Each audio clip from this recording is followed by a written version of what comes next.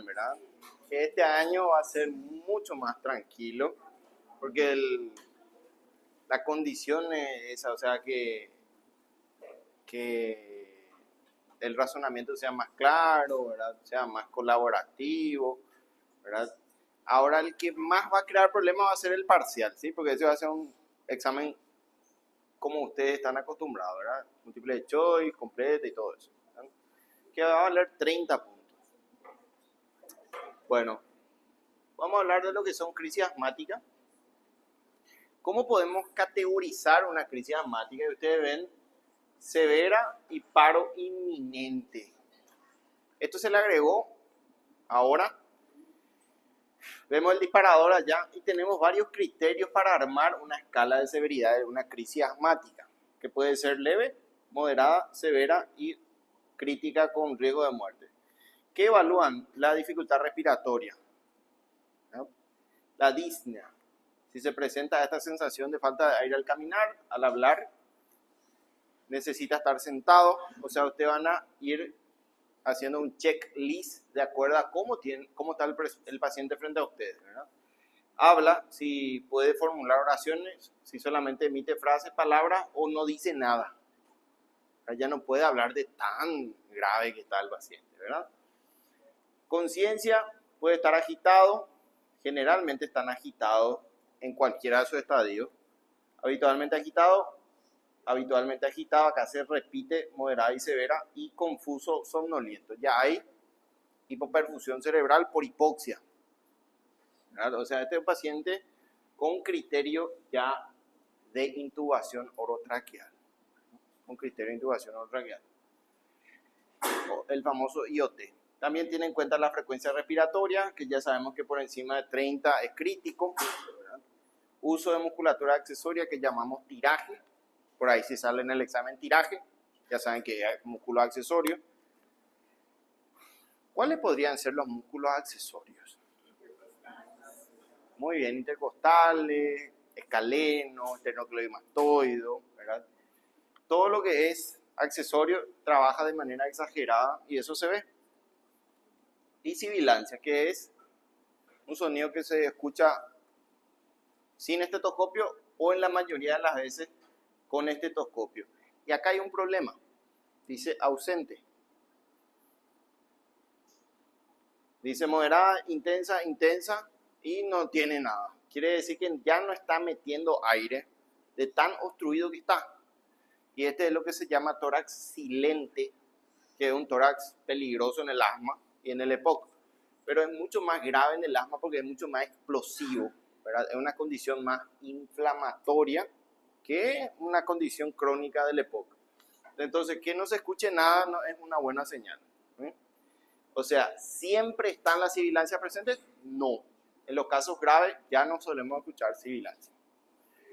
Bueno, y la frecuencia cardíaca, que es un punto generalmente de activación adrenérgica, compensación hemodinámica, pero acá ya nos pone bradicardia también posiblemente, que es una respuesta inminente al paro no solamente respiratorio, sino paro cardiorrespiratorio. ¿Qué pasó ahí? Parece una música electrónica, ¿verdad? Puede ser el tiempo también, ¿verdad? Bueno, pico flujo, las hormonas o la... Bueno, pico flujo sería como una prueba similar a una espirometría de urgencia, ¿verdad? Y vemos mayor a 80, entre 60 a 80 y menos de 60.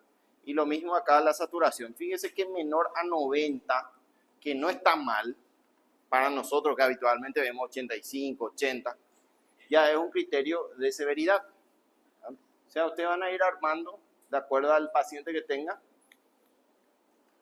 Y acá también se puede armar una valoración del control. Fíjense, esto ya es con tratamiento. Si está controlado, parcialmente controlado o no controlado, ¿verdad? Probablemente no controlado, que depende de los síntomas, de la limitación a la actividad, los síntomas nocturnos, que de esto es nada más para conocimiento general. Más, vamos a preguntar la clínica, patogenia, fisiopatología, ¿verdad? Y los hallazgos semiológicos. Bueno, entonces esta clase no es muy larga, porque esto desafortunadamente queda en el tintero, ¿verdad? Queda para el año que viene. Todavía no me permite el sistema preguntarle tratamiento. Bueno, vamos a otro tema. Ese es un resumen nada más. Bueno, vamos a hablar de enfermedades pleurales. Cambiamos de bronquio, parénquima, vamos al espacio pleural, ¿sí? Ese es el tema que va a continuación. Este tema es un poco largo, así que no creo que terminemos por cuestiones de tiempo. Antes que nada, es importante saber la anatomía.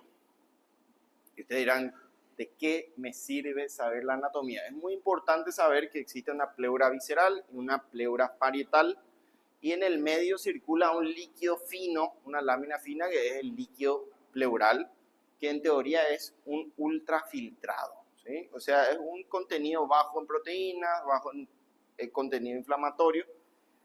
Bueno, sabemos que la pleura parietal, según la anatomía, está pegada a la pared torácica, y la pleura visceral se dispone en posición pulmonar, ¿no? Bueno, y acá nos aclara que la que se expone a expansión es justamente la pleura visceral, la que se distiende. Bueno, ahí vemos la posición. Se forma un pequeño espacio pleural intercisural. Ven cómo se mete entre las cisuras. De igual manera, esto demarca lo que son los lóbulos pulmonares. Y nos dice, separada por un fluido pleural que hace que se lubrique, que no se friccione, que no se roce y que no se produzca ningún elemento, digamos, lacerante ni ningún daño entre ambas paredes. Entonces hay una fricción leve, líquida, y aparte este líquido es fundamental porque genera presión negativa, ¿verdad? Genera presión negativa. No sé si alguna vez, por ejemplo, usaron una, ¿cómo se dice? Una zapatilla. ¿Cómo se dice en portugués eso? ¿Chinela? Zapatilla. Bueno, pisan el agua y se queda pegado el calzado por el agua y se crea una succión, ¿verdad? El mismo efecto ocurre en la pleura. Genera un estado de succión y eso hace que se expandan los pulmones cada vez que ustedes expiran profundamente. O sea, el papel del líquido es muy importante, no solamente para reducir la fricción o limitar la fricción, sino también para generar una presión negativa y una presión de arrastre. Se expande el pulmón. ¿Qué pasa si esa presión de ser negativa se convierte en positiva? Se va a perder ese poder de succión, ese poder de expansión, y el pulmón va a colapsar. Se va a desinflar, sería como pinchar un globo, ¿verdad? Entonces, es fundamental la presión negativa, es fundamental el líquido pleural que se mantengan en límites muy estrictos, que va de 0.1, que esto actualizamos, a 0.3 ml por kilogramo, que sería más o menos 10 a 20 ml en total, ¿verdad? Máximo 20 ml, 10 cada hemitórax, ¿verdad? 10 cada hemitórax, porque cada hemitórax es circulación independiente, ¿verdad? No es que todo está junto. Bueno, y acá tenemos la fisiopatología, que esto también es algo reiterativo, digamos. ¿Cómo se puede alterar esta producción de líquido? Puede existir un aumento de la producción, ¿verdad? Un fallo en la presión del sistema, que puede ser disminución de la presión oncótica coloidal o aumento de la presión hidrostática, ¿verdad? Y vamos a tocar punto por punto. Disminución de la presión oncótica, más conocida como oncótica coloidal, se recuerda, ¿sí? ¿Cómo podríamos definir la presión oncótica? Presión de atracción interna hacia el intravascular, ¿verdad? O sea, un poder que atrae agua, principalmente, hacia los vasos sanguíneos. ¿Qué pasa si disminuimos esa presión oncótica? No va a poder atraer y se va a escapar. ¿Y dónde se va a escapar? Y se va a escapar en los espacios. ¿Dónde? Intersticial y cavidades, dice. ¿Y qué cavidades? Pleural, peritoneal, pericárdica, que son las cavidades. O sea, vamos a tener derrames peritoneales, pleurales y en este caso, justamente del tema anterior, pleural. Entonces, si disminuye la presión oncótica coloidal, vamos a tener derrame pleural. ¿De qué tipo? ¿Exsudado o transudado? Transudado, porque este tema es algo de presiones de base, ¿verdad? No tiene nada que ver con la participación de inflamación, de pus, nada. Es un fallo de presión central. ¿Quién regula la presión oncótica coloidal? Albúmina, principalmente albúmina, porque tenemos albúmina y proteínas no medibles, dice. Entre ellos, las proteínas no medibles y la glucosa, ¿verdad? Bueno, ¿qué situación clínica podría generar algo que sea una enfermedad evidente, una disminución de la presión oncótica coloidal?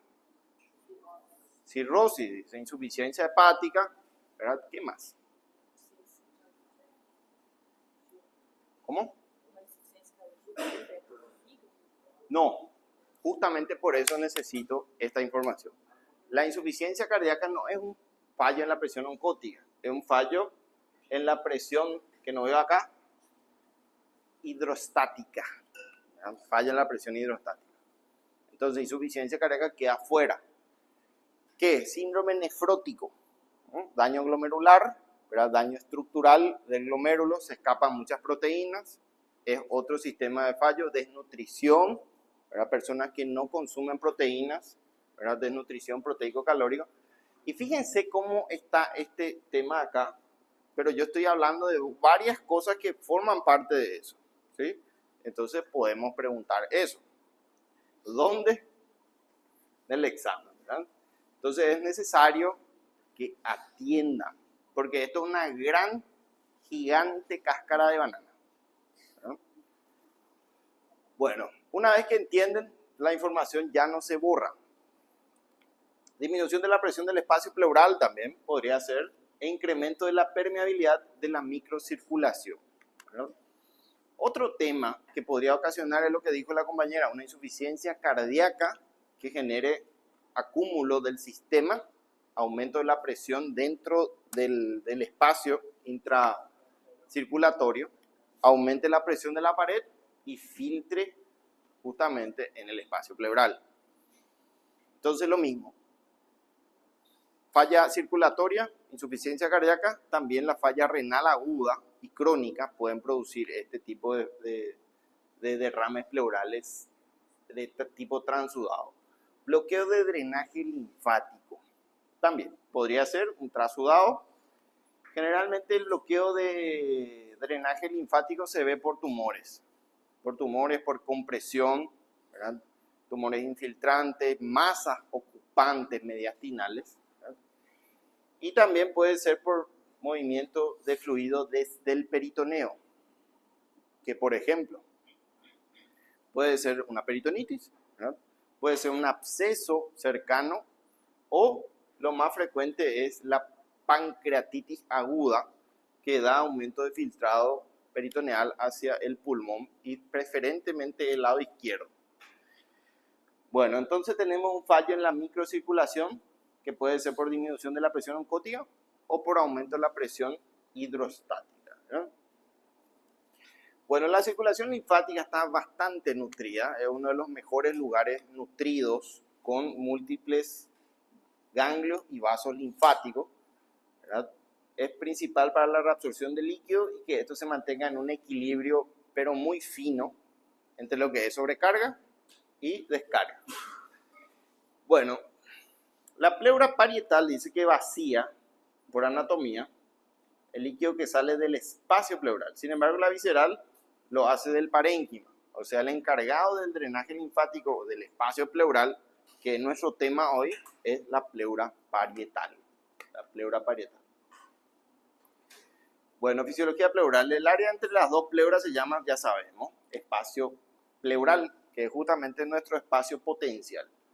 Normalmente, dice, en situaciones fisiológicas, el vacío genera una presión negativa, que justamente es la presión de succión, ¿no? ¿Y qué es lo que va a succionar? Y el parénquima, ¿no? Va a absorber. Y dice, durante la inspiración, la presión puede llegar a ser menos 8 centímetros de agua y durante la expiración menos 4. O sea, siempre se mantiene negativa.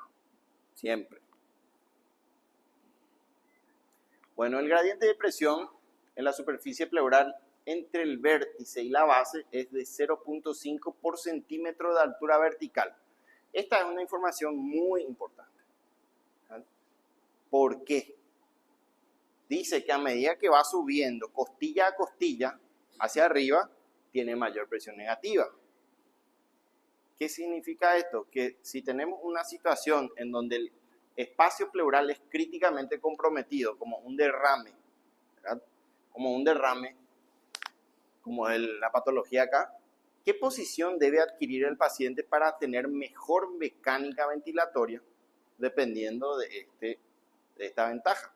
Tiene que estar en 0 grados, que sería plano, o podría estar a 45 o a 90 grados. ¿Qué posición indicaría? Teniendo en cuenta que van a mejorar bastante la presión negativa a medida que se sube, porque eso nos informa. La posición que adopta el paciente en la cama o en el lecho es indicación del médico. Ustedes le van a indicar paciente en posición de cúbito dorsal a tantos grados. ¿Verdad? Eso escribe el médico, una indicación médica. ¿Qué dice acá? ¿Tiene que estar acostado o tiene que estar semisentado? Muy bien. Semisentado. ¿Y por qué? Y por eso. ¿No? Por una ventaja de la posición vertical de los vértices. ¿No? Entonces, en todo paciente con dificultad respiratoria, en todo paciente con derrames pleurales o derrames, digamos, tipo edema o de pulmón, esta es una ventaja. Nunca jamás le acuesten a 0 grados a sus pacientes, porque se va a encharcar, va a perder la ventaja y va a empeorar la situación clínica. Entonces esa es la ventaja de ponerle semisentado a estos pacientes que están con fallo en el sistema hidrocoloidosmótico, ¿verdad? Bueno, acá nos aclara que el líquido pleural es un ultrafiltrado. Por lo tanto, es un líquido con bajas proteínas, con casi nula células inflamatorias y una densidad baja. ¿Verdad? Una densidad baja. Bueno, esto es lo que recambia. Fíjense el potencial de recambio diario que tiene 1 a 2 litros de plasma de ultrafiltrado, cambia y mantiene en el equilibrio entre 5, 15 hasta 20 ml circulando en ambos emisores. ¿Verdad? Ese equilibrio tiene que mantener.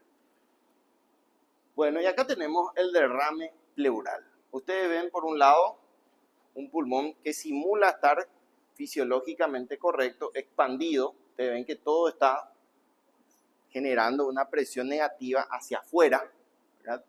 Y tenemos una fina lámina del líquido pleural limitando esta fricción, ¿verdad? Por el otro lado, ¿qué pasó? Hay un derrame, ¿verdad? Hay un derrame acá que se ve amarillo, no sabemos si es citrino, si es purulento, ¿verdad? Hay que averiguarlo, esa va a ser la misión. Y vemos el pulmón que está colapsado, ¿verdad? ¿Cómo se llamaría esta entidad pulmonar? Porque este pulmón está fuera de servicio, este no está haciendo intercambio.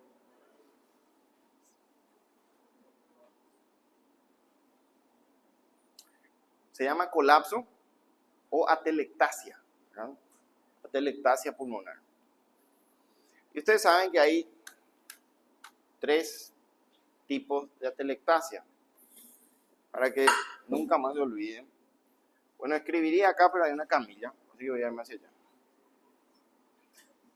Bueno, llamamos atelectasia entonces al colapso pulmonar,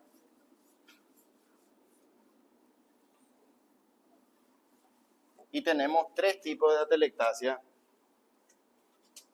2 que son reversibles y 1 que es irreversible. O sea que tenemos uno que va a condicionar nuestra ventilación de por vida. Entonces dijimos colapso, ¿verdad? Que es el término genérico de atelectasia o atelectasia. Bueno, tenemos uno. ¿Cómo se llama? Atelectasia por reabsorción.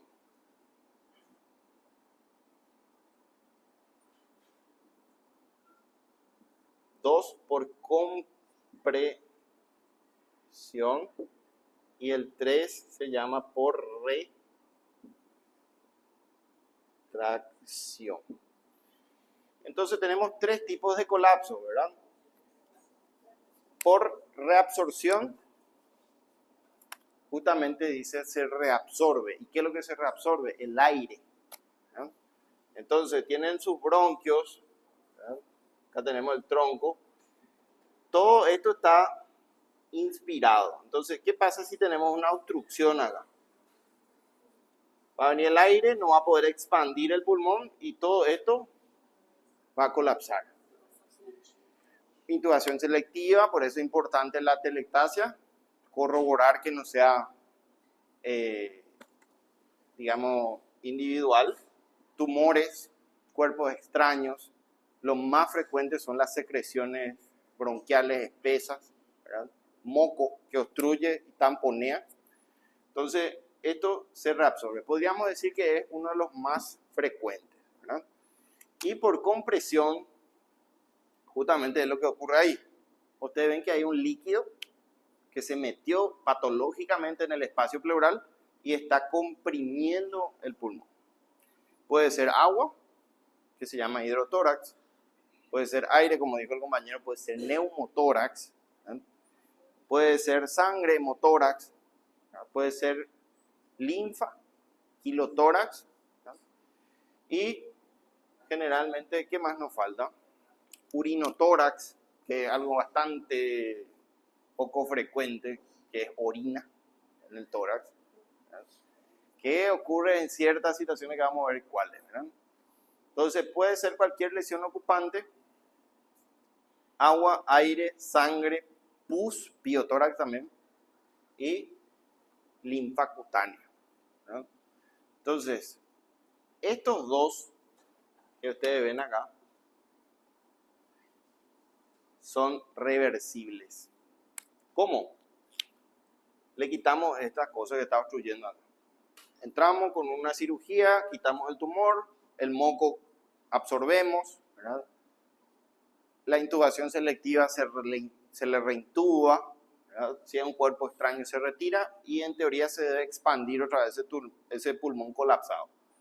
Por compresión el líquido se drena, el aire se drena, o sea, todo lo que ocupa se le quita de ese sector y se reexpande el pulmón. Sin embargo, esta es por cicatriz,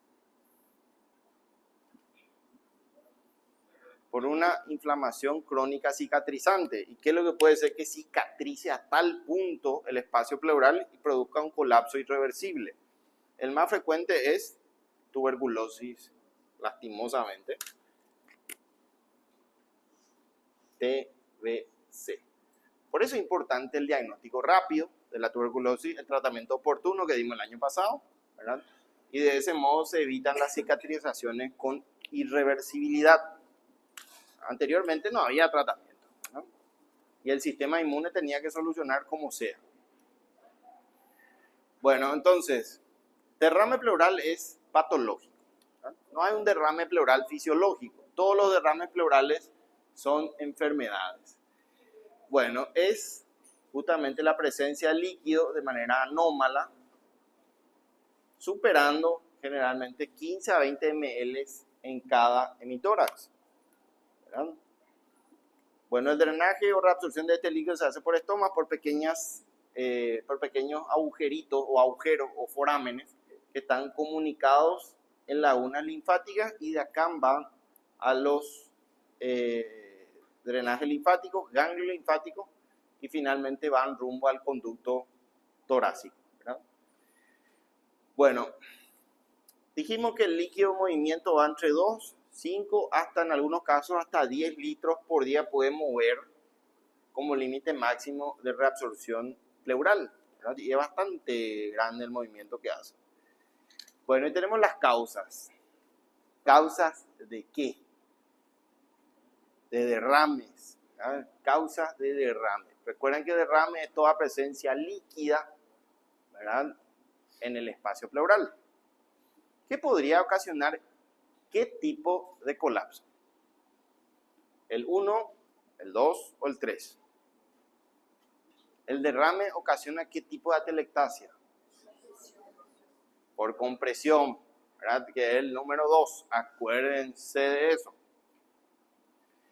Bueno, causas. Transudado. ¿Qué entendemos por transudado? Un líquido claro, poco proteico, acelular, ultrafiltrado, ¿verdad?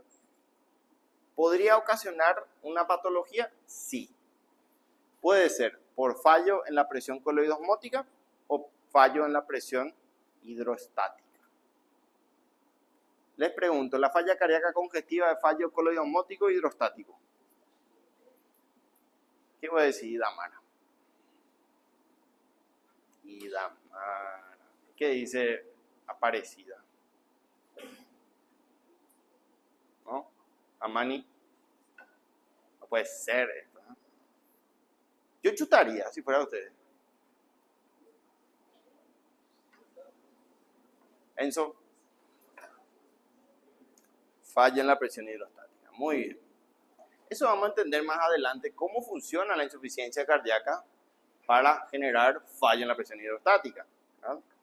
Entonces, hay un aumento crónico y paulatino de la presión que ejerce la sangre por las paredes. Eso es presión hidrostática, ¿verdad? Entonces, filtra plasma. Falla cardíaca congestiva. Síndrome nefrótico. ¿Qué usted opina?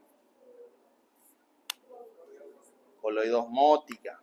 ¿Por qué? Porque permite que se elimine demasiadas proteínas por riñón, ¿verdad? Cirrosis hepática, coloidosmótica también, ¿verdad? Un fallo en la presión coloidosmótica, no hay albúmina. ¿Por qué? Porque el hígado está fuera de servicio, está fibrosado y la mayor fábrica de albúmina es el hígado, ¿verdad? Muy bien. Diálisis peritoneal también suele ser por fallo en la presión mixta, sería hidrostática, y pierden muchas proteínas. Bueno, también puede ser por atelectasia. La atelectasia también puede generar algún tipo de transudado. Y también la hipoalbuminemia, que es generalmente por consumo, por déficit alimentario, por dietas extremas, ¿verdad? Cierto componente vegano, qué sé yo, si no tienen un tratamiento sustitutivo proteico correctamente bajo un nutricionista. Y algo muy extraño, diríamos que de estos que cita acá, el más extraño de todo, que es el urinotórax, ¿no? El urinotórax es cuando generalmente tumores renales o ureterales permiten cierta conexión hacia la pleura, ¿no?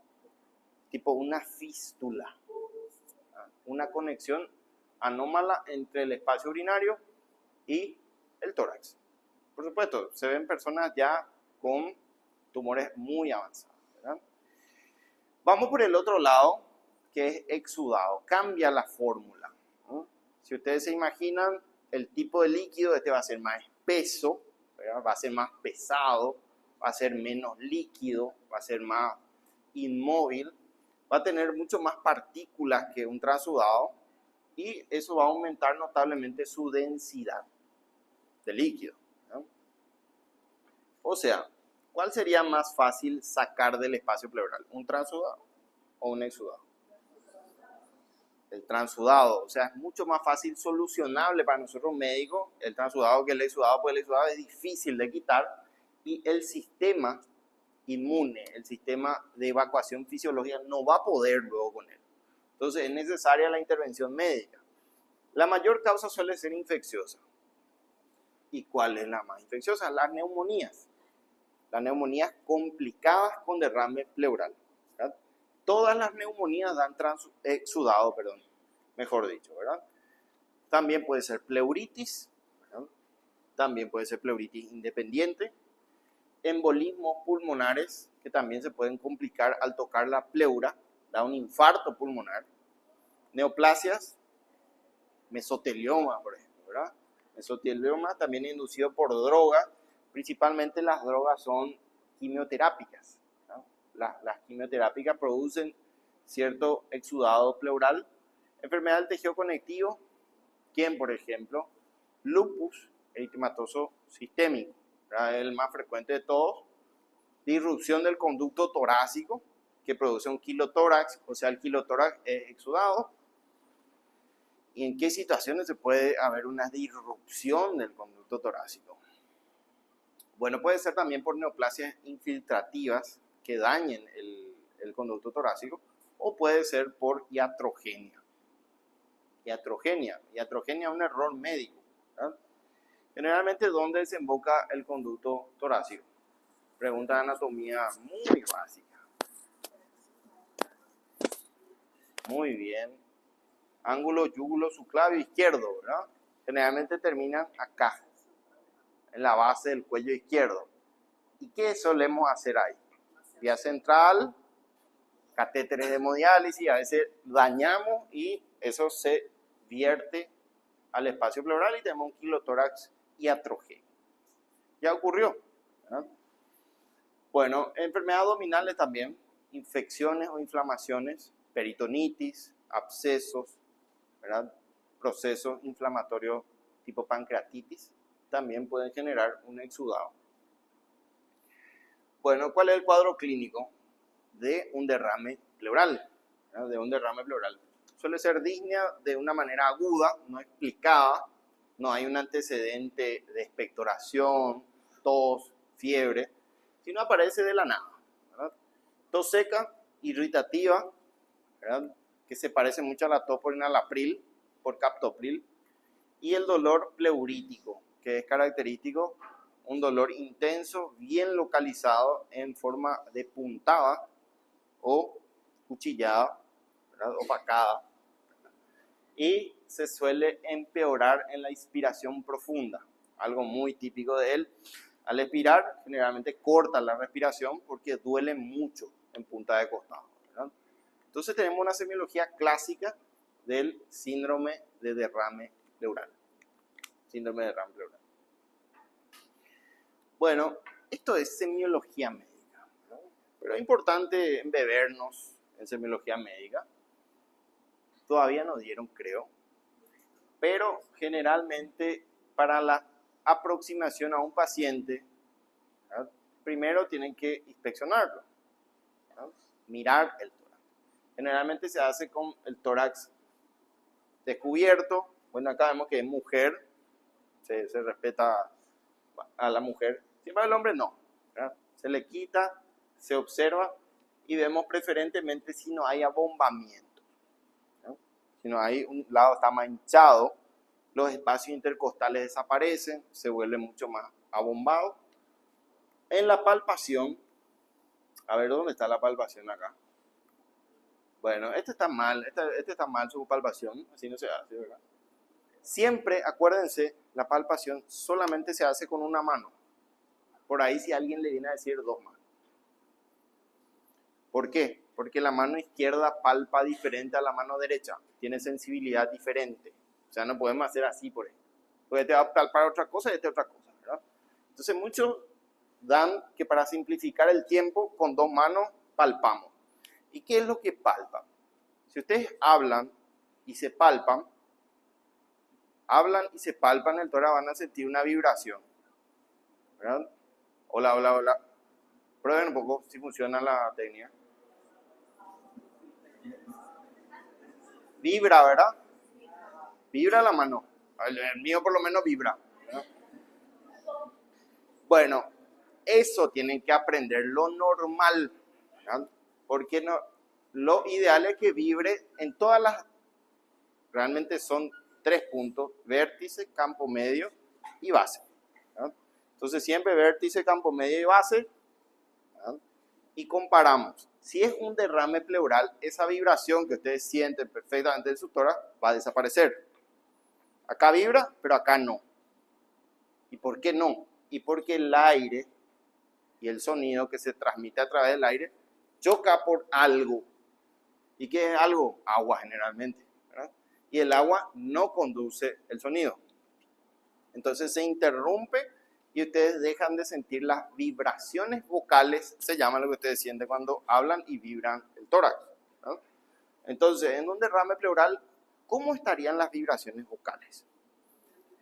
Ausentes, ¿no? Ausentes. Y eso se practica, ¿no? Eso se practica. Bueno, la percusión que usted está viendo ahí, acá se ve en el medio, se llama la técnica dígito digital, ¿no? Generalmente agarran su mano y percuten justo en la tercera articulación falángica detrás de la lúnula de la uña, dice. Ahí tiene que caer con precisión su martillo percutor, que es el dedo medio de la mano más ágil, ¿no? Entonces se forma un tambor, un sonido. Si no se escucha ese boom, boom, no están haciendo bien su técnica. Es dígito digital, o sea, es dedo medio, dedo medio. No es 2 dedos ni 3 dedos. Porque muchos usan 3 dedos, la uña tiene que estar cortada, ¿verdad? No puede ser esas uñas de manicure prolongada, ¿verdad? Entonces, es una técnica de entrada, es difícil. No les va a salir, y si les sale es muy buena señal, ¿verdad? Porque se practica mucho y después con días o meses sale, ¿verdad? Y normalmente el tórax tiene una caja de resonancia, es como una caja de resonancia, suena como un tambor, como un bombo, ¿verdad? Tum. Y el sonido que se forma es hipersonoro, no es timpánico, porque muchos van a ver que le va a decir es timpánico, y el timpánico es abdomen, el abdomen es timpánico, y el tórax es hipersonoro, ¿verdad? Entonces normalmente el tórax, bueno, mi señalero ahí está, de vértice a base suele ser hipersonoro. Y en un derrame, ¿cómo estaría la percusión? Matidez, es como percutir una mesa. Ustedes percuten algo con cavidad, con aire, y suena pum. Sin embargo, tac, un sonido corto, ¿verdad? Timbre alto, pero no resuena. Entonces esa es la matidez.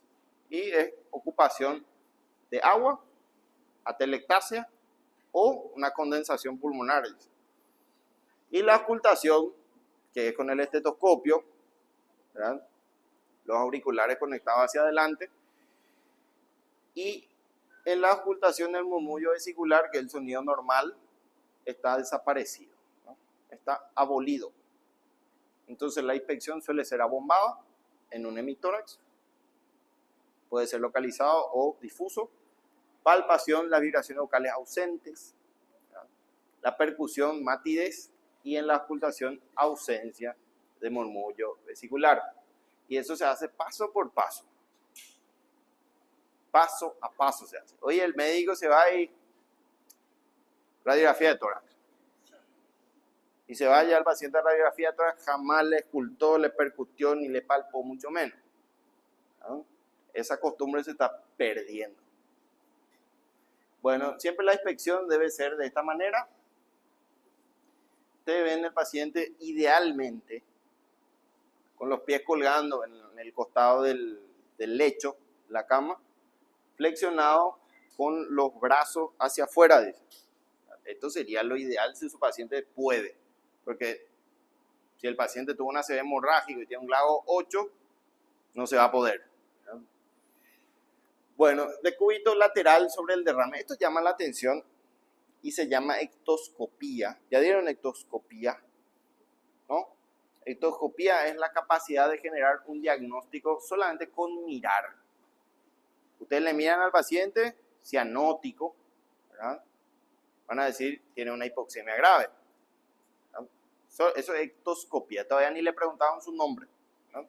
O tiene un tinte blanco, pálido, van a decir, esto está anémico, ¿verdad? Eso es ectoscopía, ¿verdad? O tiene alas de mariposa, en la cara, van a decir es una lupus-like, ¿verdad? Bueno, los pacientes a la ictoscopía, generalmente con derrame, siempre se acuestan del lado del derrame. Y ustedes van a ver que siempre está del lado izquierdo. Y se preguntarán por qué prefiere esa posición. Porque el pulmón ventila mejor sobre el derrame, ¿no? Entonces él se siente mejor, tiene menor disnea si se acuesta del lado de cúbito lateral preferencial, ¿no? Bueno, la respiración suele ser costal superior, más torácica que abdominal, y suele haber taquipnea. Un aumento de mayor a ¿cuánto era? Más de 22, acuérdense de eso, es una pregunta importante, ¿verdad? Más de 22 es taquipnea. También abombamiento del emitor afectado, que dijimos que las costillas desaparecen la prominencia y el espacio intercostal se ve abombado, ¿no? Y también disminución de la movilidad respiratoria. Van a ver que en esa parte está con el movimiento o la expansibilidad comprometida, ¿verdad? Bueno, la palpación, ustedes dijeron que era a mano plena, tienen que estar los dedos juntos y se amolda la mano en la forma del tórax, ¿no? Bueno, ¿cómo iban a estar? Aumento de las vibraciones vocales en el límite superior, sería por acá, pero ausencia, dijimos, de esas vibraciones en la zona del derrame. O sea, en la base generalmente van a estar abolidas, ¿verdad? También disminución de la expansibilidad. Y acá vemos, el término correcto, recuerden, cuando den semiología se llama hipersonoridad. Y siempre, o casi siempre, para no decir siempre, los derrames forman una curvatura cóncava superior. Se llama sonrisa. La línea de la sonrisa siempre se va hacia arriba, ¿no? Y se llama curva de Damaso-Ellis. Esto anteriormente se podía dibujar con la percusión. Ustedes percutían milímetro a milímetro y se formaba una curva superior. Hoy eso se puede ver con una radiografía de tórax.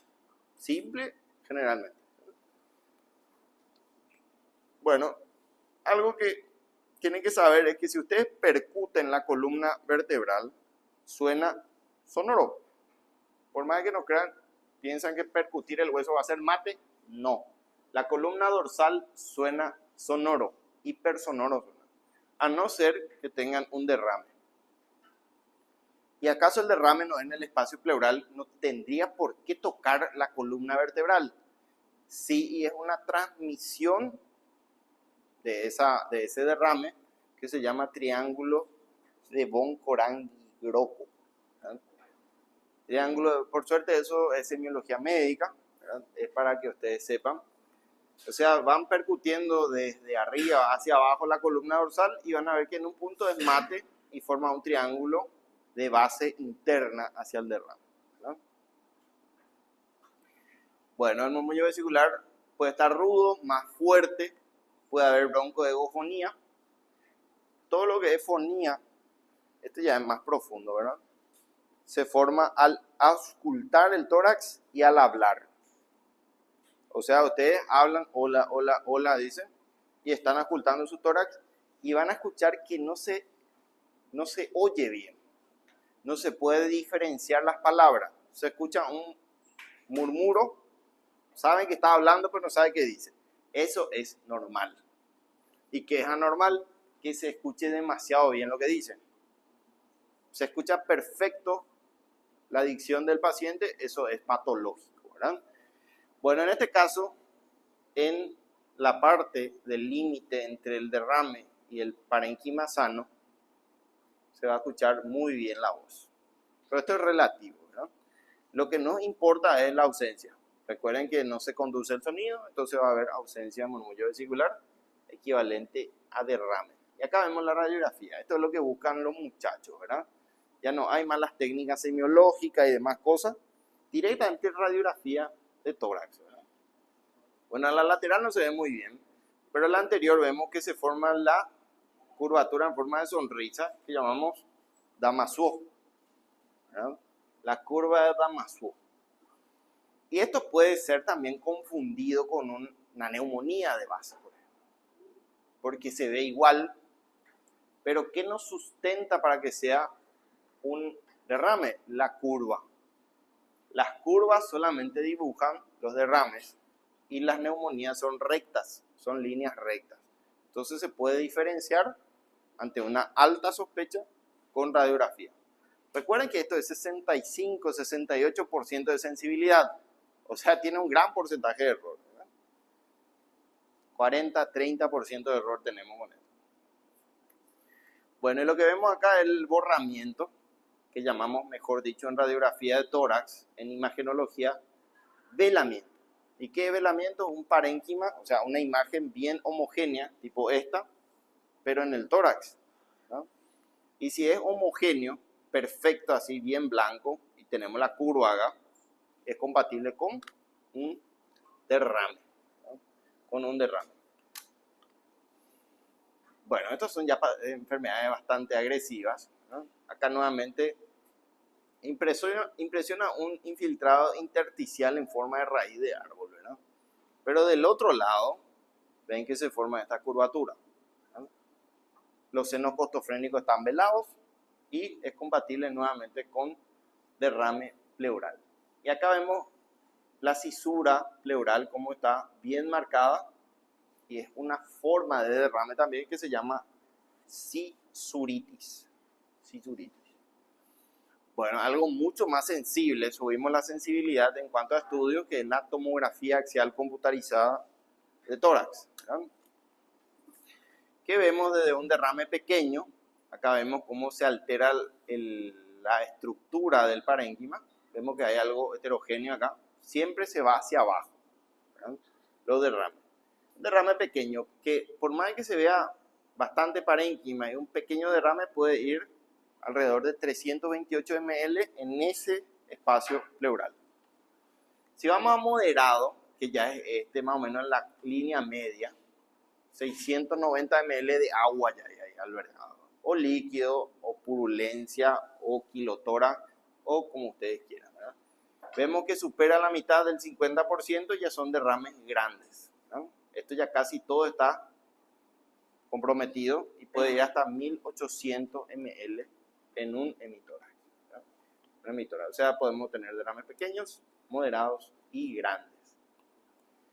Bueno, si me preguntan cuál es el estudio más sensible y específico para detectar un derrame pleural, es la ultrasonografía de tórax, ¿verdad?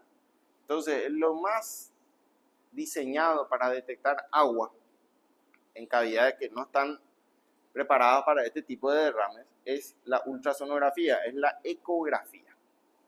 Ni la tomo ni la radiografía no se le compara. Podemos tener dos imágenes, yo creo que con esto cerramos, ¿verdad?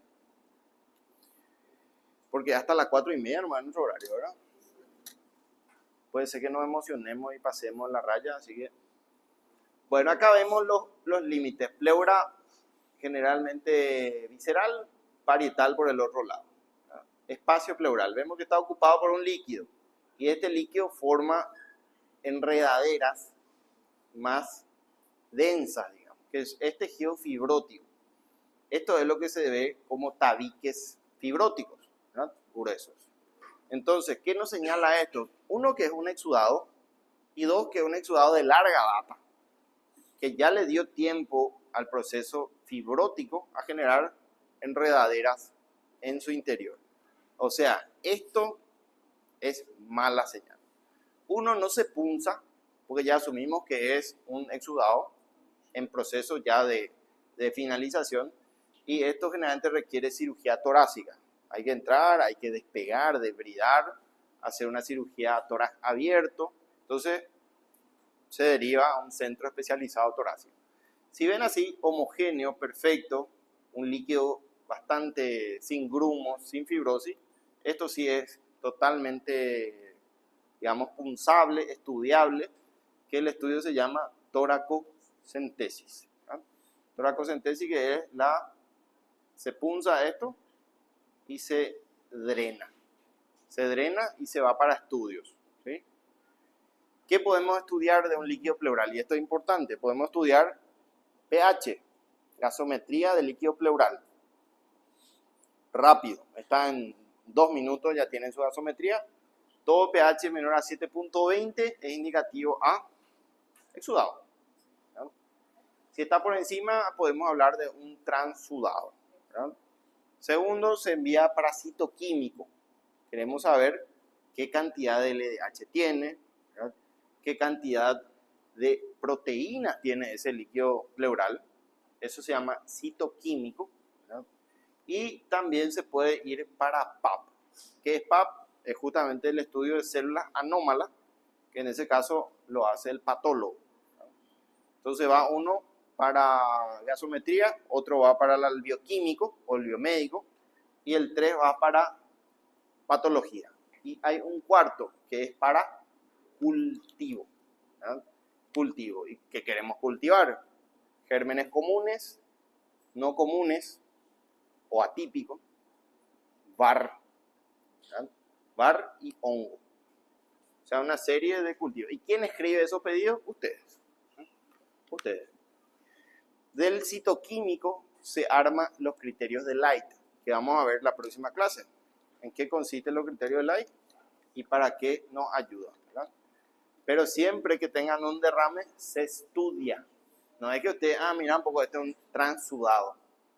La única forma de saber si es un transudado o un exudado es con punción del líquido pleural. ¿Sí?